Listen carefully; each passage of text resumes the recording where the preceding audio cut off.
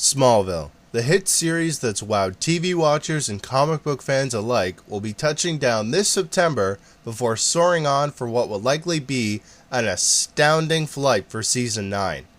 At the International Comic Con, the first trailer was shown to the audience. I managed to catch a glimpse of the footage, and it was honestly a marvelous feature. So today, I'll be reviewing the trailer, as well as talking about some of the other events that you can expect this season. So the trailer begins with discussing Clark's future, and how he must confront the sins of his father. Namely, this is the introduction of Zod, who this season will be played in the flesh by British actor Callum Blue. However, this is not the same guy who we remember from leeching onto Lex's noggin.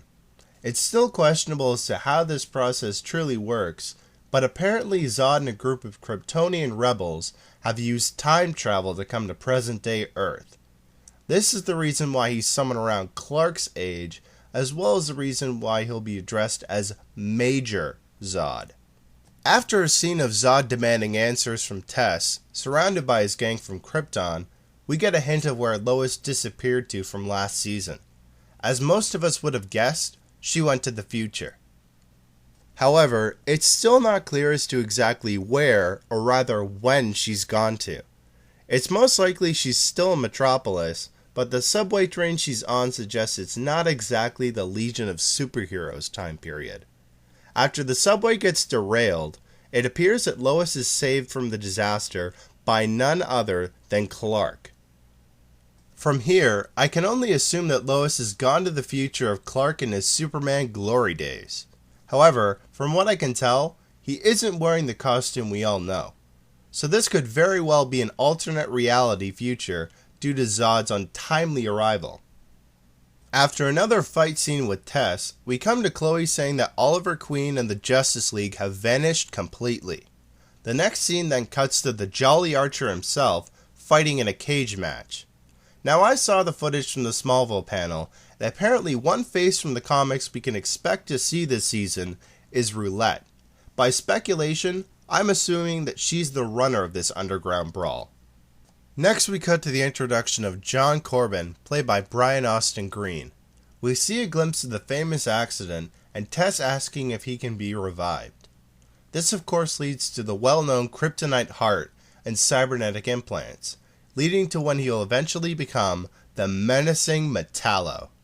So after Lois returns to her own time period, she rushes to the phone booth in an attempt to meet the Red-Blue Blur and contact him as he promised her in the last season's finale. After that, we can see that Lois and Clark will be getting very close this season. Just how close are we talking here? Well, let's just say it's not exactly PG material anymore for these two. From here we got some scenes of Clark talking to Jor-El in the fortress. Apparently he's not as dead as Brainiac claimed in the episode Legion. No pun intended. This is followed by a scene of Clark talking to Tess about Lois's time-traveling adventure, and apparently Clark saying that in the future, he'll cause the end of the world. I'm going to take a wild guess and say the future Lois went to isn't exactly the days of Superman we were expecting. After this, many scenes from earlier seasons are shown, proving difficult to determine what's new footage and what isn't. However, the last scene shown is definitely worth watching above them all. Standing on top of a skyscraper, Clark is seen looking over Metropolis in a black costume with a silver S symbol over his chest. So how would I describe this costume? Well, like I said, it's mostly dark, with a black trench coat over Clark's t-shirt that has the famous House of Elcrest stamped on it. If you can imagine what Superman would look like if you borrowed something from the wardrobe of Thomas Jane's Punisher, it would sort of be something like this.